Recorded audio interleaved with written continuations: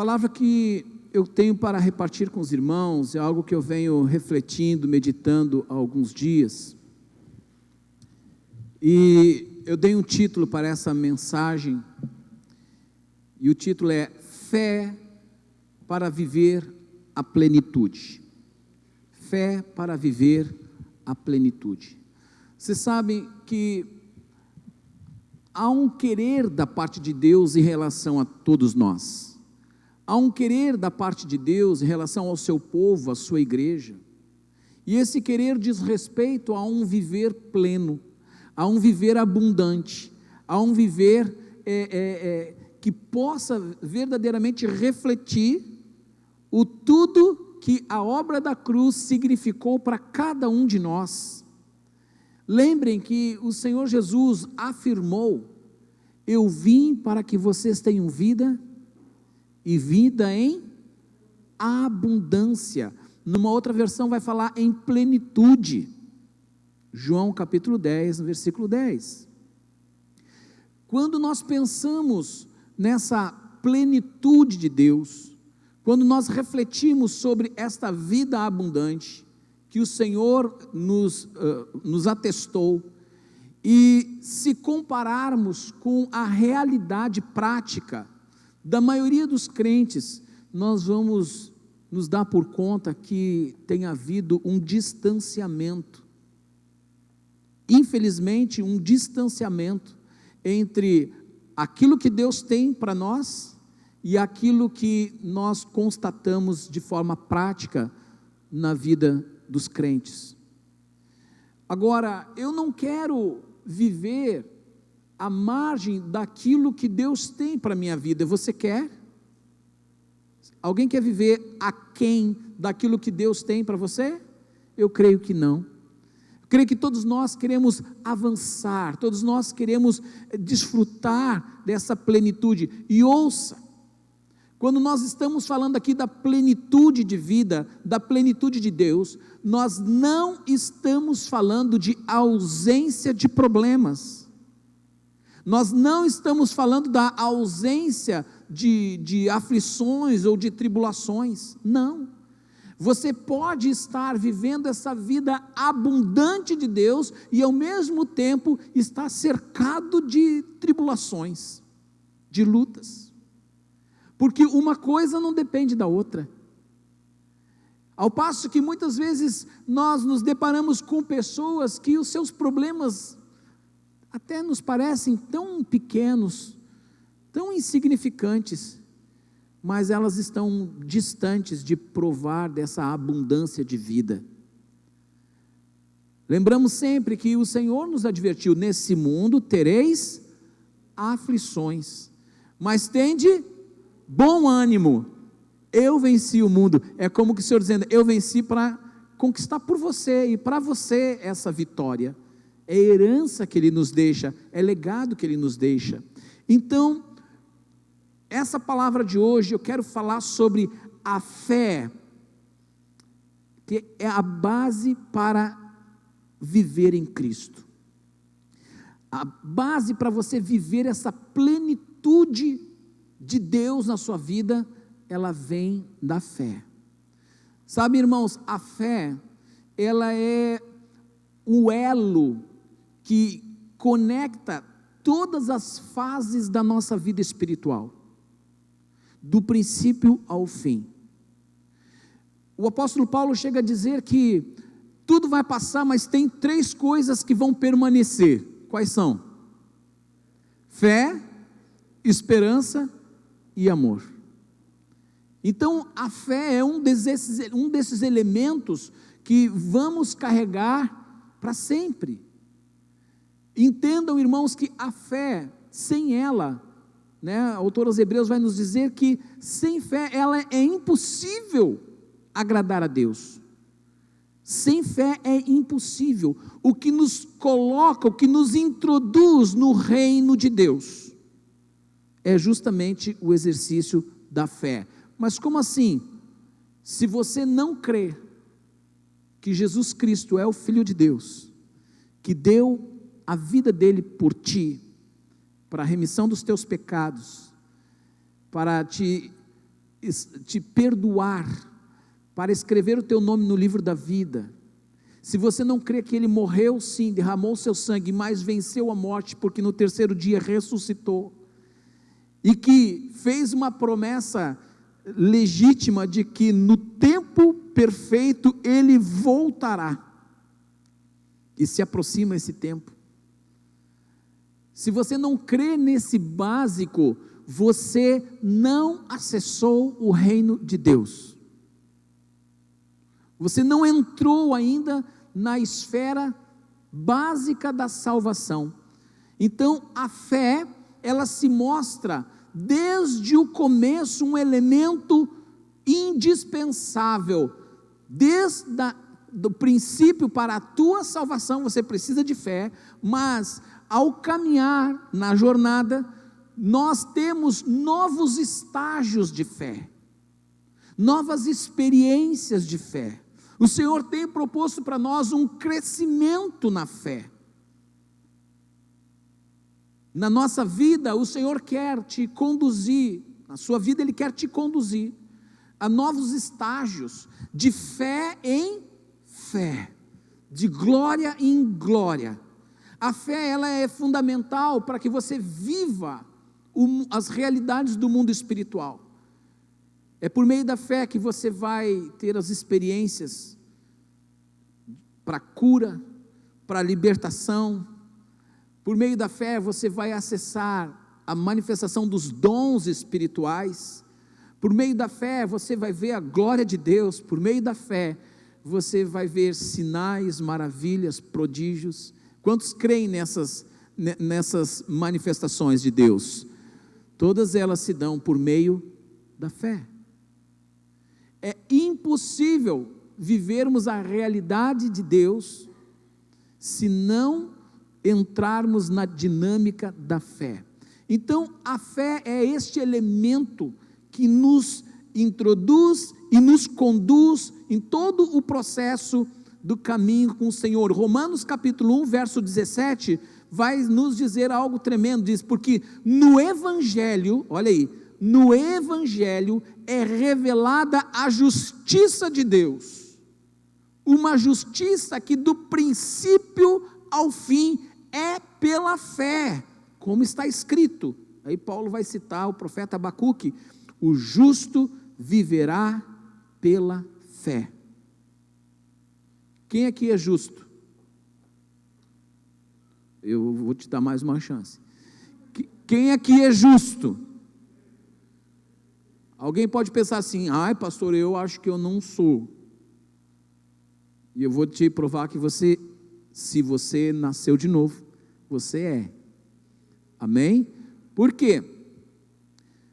É verdade que nós temos uma luta pessoal com o pecado, e o pecado por vezes macula a nossa vida, mas nós temos que entender aquilo que nos define, e nós cantamos uma canção agora há pouco, que fala no Senhor nos definindo, e eu quero, fiz isso pela manhã e faço agora pela noite.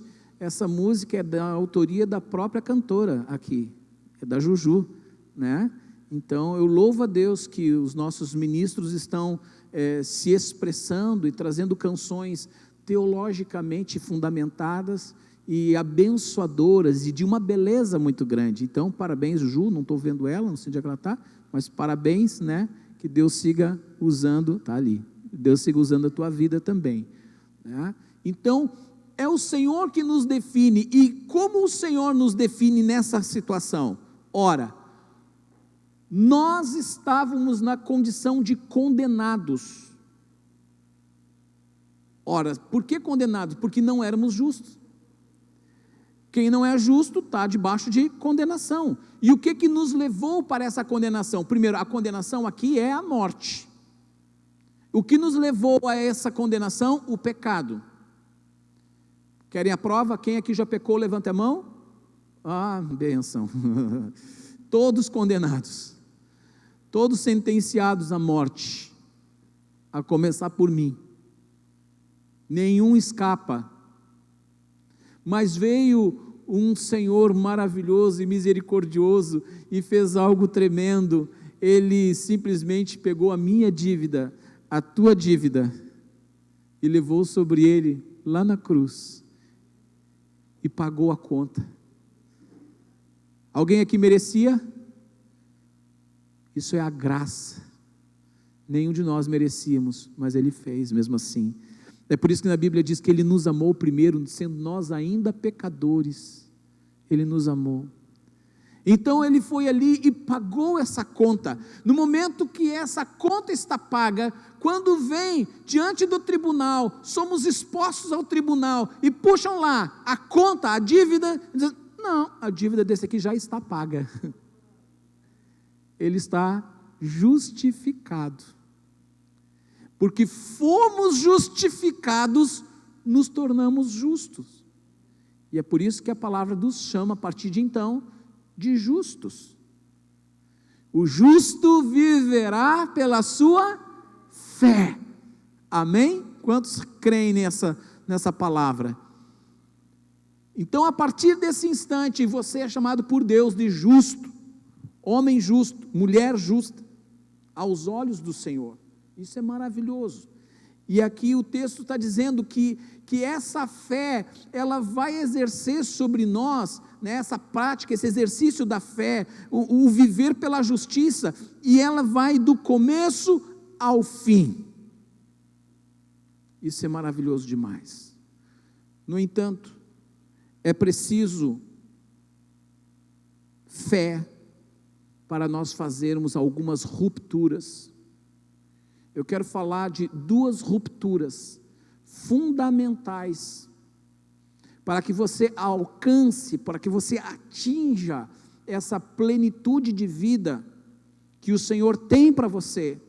Você precisa fazer duas rupturas radicais. E eu acho tremendo, porque a saudação que em Israel as pessoas dão umas às outras, até os dias de hoje, é Shalom. Vocês devem ter percebido que eu gosto muito de saudar os irmãos com a palavra Shalom, né? Ministramos graça e paz, a paz do Senhor, a paz de Jesus, e também ministramos a palavra Shalom.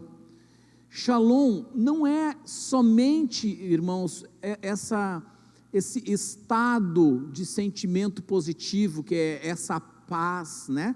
Shalom não é somente esse sentido de paz, né? De, está tudo legal, está tudo em paz, né? Ou seja, não estamos em guerra. Shalom não é isso. Shalom é a presença de Deus em todas as áreas da sua vida. Percebe? Há uma diferença aí? Você pode estar vivendo numa guerra, mas Deus está contigo, então tu tem Shalom. Você pode estar vivendo a maior luta da vida, mas o Senhor é contigo, aí você tem paz. Você não tem medo, angústia. Toda vez que você não vê Deus junto, Deus presente, Deus atuando, Deus Senhor, Deus soberano em uma determinada área da tua vida, ali naquela área se estabelece uma perturbação, é ali que a tua paz some, o teu Shalom se acaba.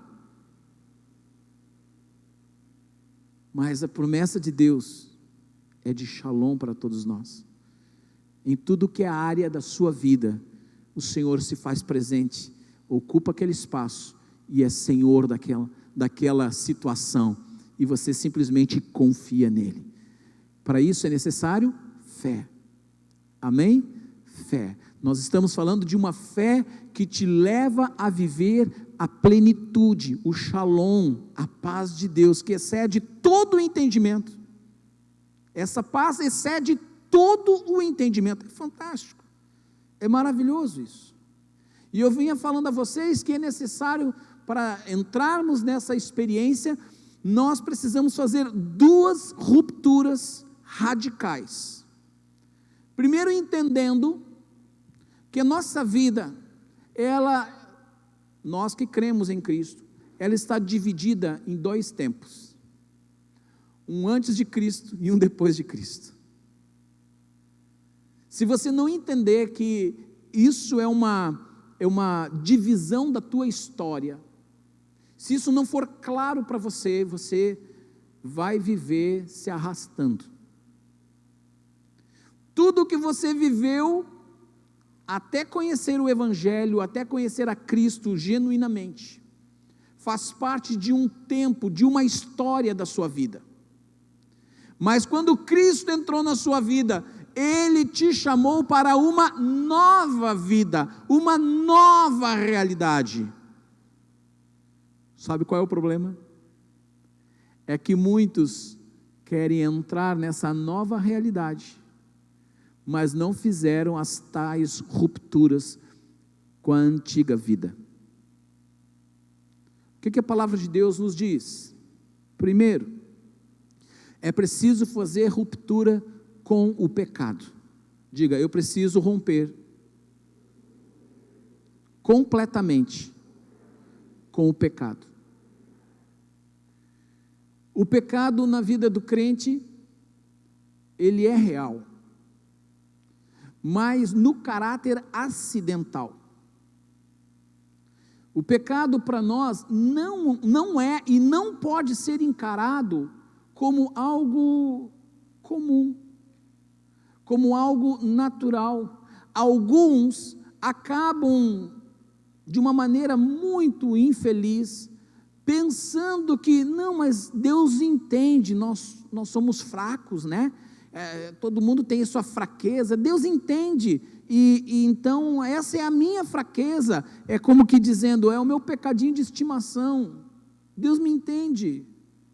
Não, Deus não negocia com isso.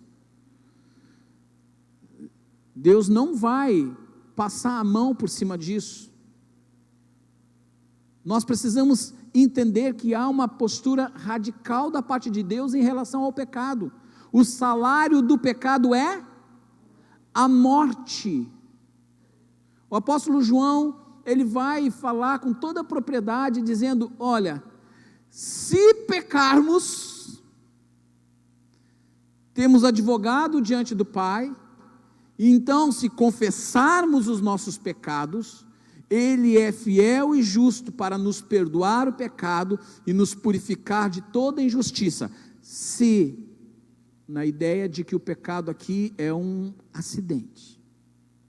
Mas é o mesmo apóstolo que vai dizer que se nós vivemos no pecado, na prática habitual, constante, permanente do pecado, João vai dizer, este ainda não conheceu a Deus. Olha, isso é sério, gente. Isso é sério. Precisa haver uma atitude radical de ruptura com a prática do pecado. E sabe qual é o drama? O drama é que muitas vezes a pessoa, ela se depara com a palavra, ela lê, ela entende a gravidade que é o pecado, mas ela vai fazer um teste. Ela vai e comete o deslize. Aí ela fica toda espiada, né? Ela fica toda temerosa com o que vai acontecer, porque imagina, Deus disse que tem consequência, e ela fica com medo de sair na rua, que um raio caia na sua cabeça, que um buraco se abra no chão e ela seja consumida na terra, que um caminhão passe por cima dela e ela seja esmagada, sei lá, alguma tragédia aconteça, e a ela nada acontece. Ela fica numa caminhada reta, numa caminhada justa com Deus, em uma situação, um vacilo, um descuido, uma desatenção, você sim cometeu algum pecado, então você se volta para Deus, você se humilha diante de Deus, você se arrepende diante de Deus, você confessa, você clama, e o Senhor te restaura, e te coloca de pé de novo, e Ele diz, olha, o cair é do homem, o levantar é de Deus, meu filho, eu te ponho de pé, vamos em frente, eu estou contigo, vá e não peques mais, vá e não peques mais. Algumas vezes Jesus se pronunciou dessa maneira. Lembro-me em especial daquela mulher que estava pronta para ser apedrejada, por razões legítimas segundo a Torá. Ela foi pega em franco adultério, um ato descabido, e o Senhor ali naquele momento estendeu a mão para ela e livrou ela daquela situação. Ela foi perdoada, sim ou não? Sim, mas nós não podemos esquecer da última fala de Jesus para aquela mulher: vá e não peques mais. Se nós queremos adentrar na vida abundante que o Senhor quer que vivamos, prometeu e pagou o preço para isso, nós precisamos ser radicais e fazermos rupturas absolutas com qualquer esfera de pecado, seja ela qual for. Sobretudo nos dias em que vivemos, nós sabemos que a imoralidade nos cerca, irmãos. A imoralidade está para todo lado. Os estímulos que nós recebemos exteriormente, os estímulos, os encorajamentos que nós temos diariamente, são coisas para nos mandar para bem longe de Deus. E se nós não estivermos vigilantes, nós vamos acabar nos acostumando e nos amoldando a este mundo, a este sistema e a todas as coisas que Deus abomina, e achando que é natural, achando que é normal, e não é. Levem a sério. 1 Pedro 2,24 diz: Ele mesmo levou em seu corpo os nossos pecados sobre o madeiro, a fim de que morrêssemos para os pecados e vivêssemos para a justiça. Por suas feridas vocês foram curados. Ele cita Isaías aqui. Olha o que o apóstolo Pedro está nos afirmando. O Senhor Jesus, muitos atestam, dizem, pensando, mas é que eu sou homem, eu tenho fraqueza, eu sou o ser humano. Pois eu quero te dizer que o que Jesus veio fazer na cruz foi justamente te libertar dessa cadeia. Jesus derramou o sangue, Ele pagou com a vida dEle para te libertar da escravidão do pecado. Porque o pecado, ele se apropria do homem como se fosse um ente próprio. Ele domina a pessoa e ele escraviza as vontades do ser humano. E o homem, o homem aqui no sentido genérico, o ser humano, o homem ou a mulher, fica com as suas vontades rendidas à vontade do pecado, que passa a habitar, a morar, a residir dentro de você. A verdade é que nós nascemos debaixo dessa escravidão, nós nascemos com essa condição, com essa natureza, e é por isso que nós nascemos debaixo de condenação. Mas quando nós entregamos a vida a Cristo Jesus, o Senhor vem então e nos liberta dessa cadeia. Ele rompe com esses grilhões e Ele nos torna livres das garras do pecado, da escravidão do pecado. E por meio do Espírito de Deus que veio habitar em nós, Ele nos dá toda a força que nós precisamos para vencer qualquer tentação.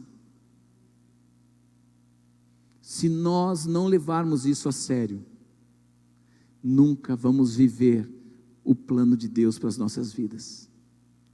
Nunca vamos entrar na plenitude tão sonhada. Quem quer viver essa plenitude de Deus na sua vida?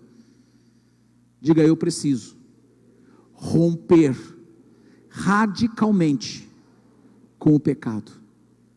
Amém? Ainda sobre isso, Hebreus capítulo 12, versos 1 e 2, Hebreus 12, 1 e 2. Portanto, também nós, uma vez que estamos rodeados por tão grande nuvem de testemunhas, livremo-nos de tudo o que nos atrapalha e do pecado que nos envolve. Tem uma versão que vai falar, né? Livremo-nos de todo o peso, ou desembaracemo-nos de todo o peso do pecado que tenazmente nos assedia, e corramos com perseverança a corrida que nos é proposta, tendo os olhos fitos em Jesus, autor e consumador da nossa fé.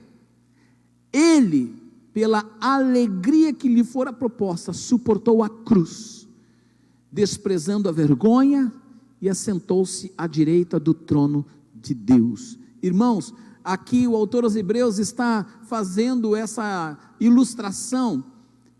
Quem aqui já tentou correr com um peso grande nas costas? Já tentou botar alguém nas costas e sair correndo? Quem já fez essa experiência? É fácil? Você tem o mesmo desempenho, né? Bota um saco de 50 quilos nas costas e tenta correr. Não consegue. Você vai até ali. Se você é muito forte, você vai até ali, mas você nunca vai conseguir alcançar, né, a sua capacidade máxima, a sua velocidade, o seu desempenho. O pecado é como esse peso jogado, esse fardo pesado colocado sobre os seus ombros, e ele está dizendo: desembaraça disso, larga desse peso, te aparta, joga fora esse peso e corre. Você tem um alvo, tem um objetivo na sua vida. Fita os teus olhos em Cristo e voa, meu irmão, e anda de fé em fé, de estágio em estágio, de experiência em experiência. Cresçamos, saiamos da condição de crianças na fé, de bebês espirituais, e adentremos numa nova realidade de homens e mulheres maduros, espirituais e não carnais. Amém? Então a primeira grande ruptura que você precisa fazer para viver a plenitude de Deus é com o quê? Não ouvi. Ruptura com o quê? Com o pecado. Segunda ruptura, eu falei de duas, certamente tem mais, eu vou trabalhar em cima de duas. Eu quero trabalhar com vocês, ou falar a vocês, sobre a questão de traumas e memórias do seu passado. Se tem uma coisa que trava muita gente, e muita gente boa, muita gente querida, se tem uma coisa que limita, que trava, que bloqueia, é justamente as lembranças, as memórias, as manifestações vivas dos seus traumas, dos seus complexos, das suas carências, das suas experiências negativas ao longo da sua história, ao longo da sua vida. Se você não compreender que o Senhor está proporcionando a você uma nova vida, ou seja, tudo aquilo que te afetou de alguma maneira, você no exercício da fé, olha mais uma vez a fé em ação, no exercício da fé, você compreende que tudo aquilo, traumas, abusos, pastor, mas eu fui abusado, ou eu fui abusador, eu fui criminoso, eu fui abandonado, me acharam na lata do lixo, enfim, as mazelas da vida são incontáveis, as coisas terríveis que o ser humano é capaz de fazer é indescritível. Nós não conseguimos imaginar as maldades que um ser humano pode fazer com outro ser humano. Às vezes pais, causadores das maiores feridas no coração dos próprios filhos. Mas se você não compreender que agora o Senhor Jesus, Ele está dando a você a oportunidade de viver uma nova vida. E você, no exercício da fé, canalizar todas aquelas mágoas e dores e sofrimentos e imputá-las sobre aquela velha vida que foi sepultada com o velho homem, e dar a chance para você de viver o novo de Deus. Se você não conseguir fazer essa ruptura radical, que diz respeito à tua alma, você vai viver de migalhas. Você vai, infelizmente, viver muito mais ligado ainda ao passado, deixando de contemplar o futuro, deixando de contemplar as promessas. Você não vai nem sequer entender o que é que o Senhor Jesus quis dizer com essa tal vida abundante, de tão ligado às coisas que você viveu lá atrás. Eu aprendi e ouvi uma vez, e isso para mim faz muito sentido, de que tudo o que nós vivemos, as maiores dores, os maiores traumas, as maiores perdas, os maiores sofrimentos, tudo isso torna-se matéria-prima nas mãos de Deus para um grande testemunho. Então, se você olha para o seu passado e você encontra ali um livro de horrores, um livro de mágoas, de sentimentos terríveis, de coisas abomináveis, trágicas demais, e você consegue receber de Deus, não apenas o perdão, mas a cura da sua alma, toda a tua história se torna um testemunho tremendo para salvar pessoas. A tua história de superação, a tua vitória, significa um braço estendido para um bandão de gente que não sabe aonde encontrar socorro. É por isso que em tudo nós temos que dar graças até pelos sofrimentos que já tivemos. A palavra de Deus é tão linda quando nos diz que na consolação em que nós fomos consolados, nós passamos a consolar os outros. Eu vivi uma experiência singular há um tempo atrás.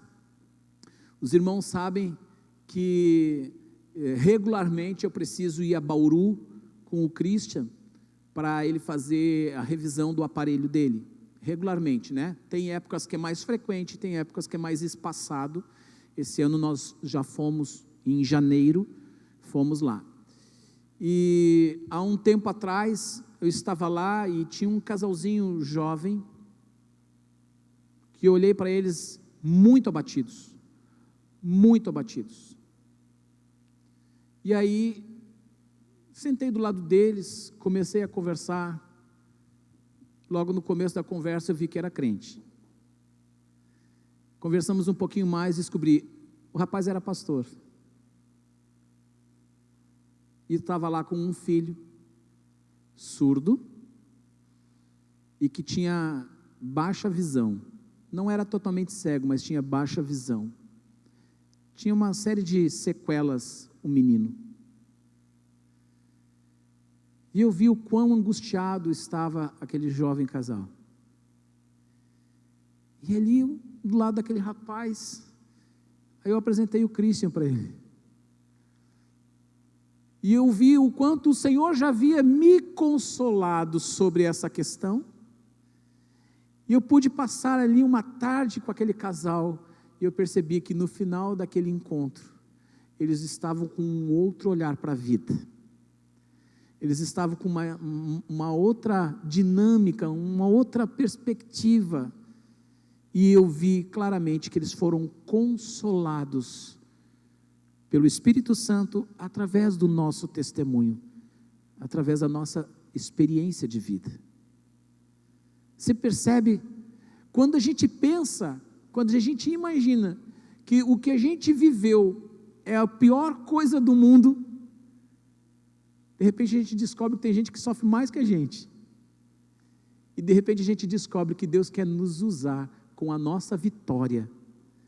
Mas se você não dá a chance, se você não exercita a sua fé para receber da parte de Deus essa cura na sua alma, e você continua trazendo para frente de ti mesmo as tuas barreiras, os teus complexos, os teus medos, os teus traumas, e justifica a tua paralisia em cima dessas coisas do passado, você está anulando a fé.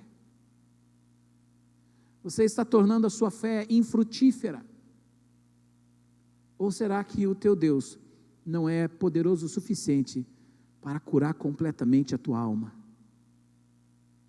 Eu gosto de Davi quando ele diz que a lei do Senhor é perfeita e restaura a alma. Amém? A lei do Senhor é perfeita e restaura a alma. O apóstolo Paulo, em 2 Coríntios capítulo 5, 17,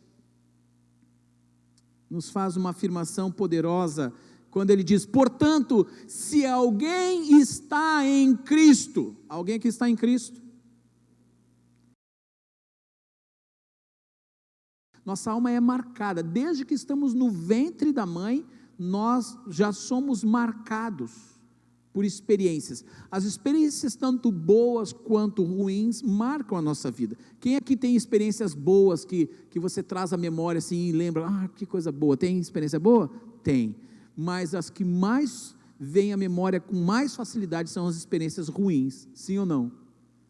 As experiências ruins, elas trazem marcas mais profundas, são mais difíceis, né, de lidar com elas, porque elas machucam.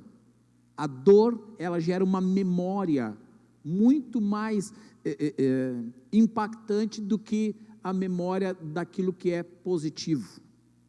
O que gera uma memória mais profunda? Uma festinha de aniversário, que é bom, ou um acidente que te sequelou? Percebem? Então, as dores, elas marcam mais violentamente do que as experiências positivas. Eu me lembro de um amigo de infância. Nós frequentávamos o mesmo clube lá em Porto Alegre, e ele era de uma família assim de posses, uma família muito bem situada, né, até uma certa fama lá em Porto Alegre. E nós éramos meninos e brincávamos juntos e íamos para o clube juntos, mas quando chegava na hora de pular na piscina, ele passava longe, ele não entrava na água. Para falar a verdade, ele tinha medo até, ele tinha piscina em casa, tinha banheira em casa, e ele não entrava nem na banheira da casa dele, e ele não sabia porque, simplesmente ele paralisava, e ele não encarava. E aí, né, tempos depois, a minha mãe, conversando com a mãe dele, pôde entender o que aconteceu, né? Quando ela estava grávida, a mãe dele estava grávida dele, no princípio, ela não quis o bebê, e ela ficou na praia, deixando que as ondas do mar quebrassem na barriga dela, para ela abortar, porque ela não queria o bebê. Claro que depois ela se arrependeu disso, e graças a Deus o menino nasceu, e bem de saúde, não ficou, mas percebem que ele tinha esse trauma, ele não sabia de onde que era, um medo, um pânico por água, uma coisa interessante. Isso prova que nós somos sim vulneráveis, desde o ventre, nesta vida somos vulneráveis, mas a grande vitória, a grande maravilha é que o Senhor nos dá a chance de uma nova vida, mas nós precisamos fazer uma ruptura. Você precisa decidir fazer uma ruptura com a sua velha vida, com as mágoas, com os traumas, com as dores do passado. Filipenses capítulo 3, dos versos 10 a 14, também nos diz assim: Quero conhecer a Cristo. Filipenses 3, 10 a 14. Quero conhecer a Cristo, ao poder da sua ressurreição e a participação em seus sofrimentos, tornando-me como ele em sua morte, para de alguma forma alcançar a ressurreição dentre os mortos. Não que eu já tenha obtido tudo isso, ou tenha sido aperfeiçoado, ele está colocando, eu não estou me apresentando aqui como alguém que já está perfeito, não, nada disso, o apóstolo Paulo falando, mas prossigo para alcançá-lo. Para isso também fui alcançado por Cristo Jesus. Irmãos, não penso que eu mesmo já o tenha alcançado, mas uma coisa faço. Agora aqui é a acentuação. Olha a dica do apóstolo Paulo. Esquecendo-me das coisas que ficaram para trás e avançando para as que estão adiante. Prossigo para o alvo, a fim de ganhar o prêmio do chamado celestial de Deus em Cristo Jesus. Olha que tremenda essa palavra. Aqui está a dica. Deixando o que ficou para trás, esquecendo do que ficou para trás. Ai, pastor, eu vou sofrer de amnésia. Não, não é esse esquecimento fruto de uma amnésia, é um esquecimento emocional, é um deixar para trás sentimental.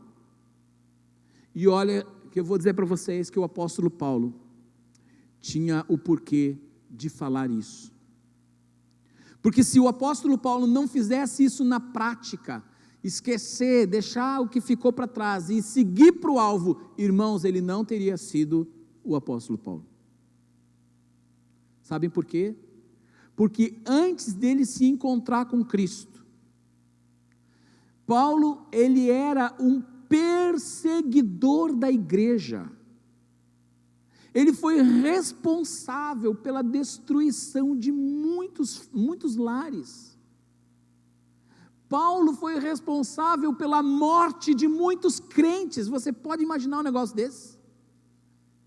Ele foi responsável ele entrava nas casas dos crentes com guardas e prendia o chefe de família, prendiam as mães, às vezes na frente de crianças, e levavam para a prisão, e muitas vezes esses pais não voltavam mais para casa, eram mortos, torturados.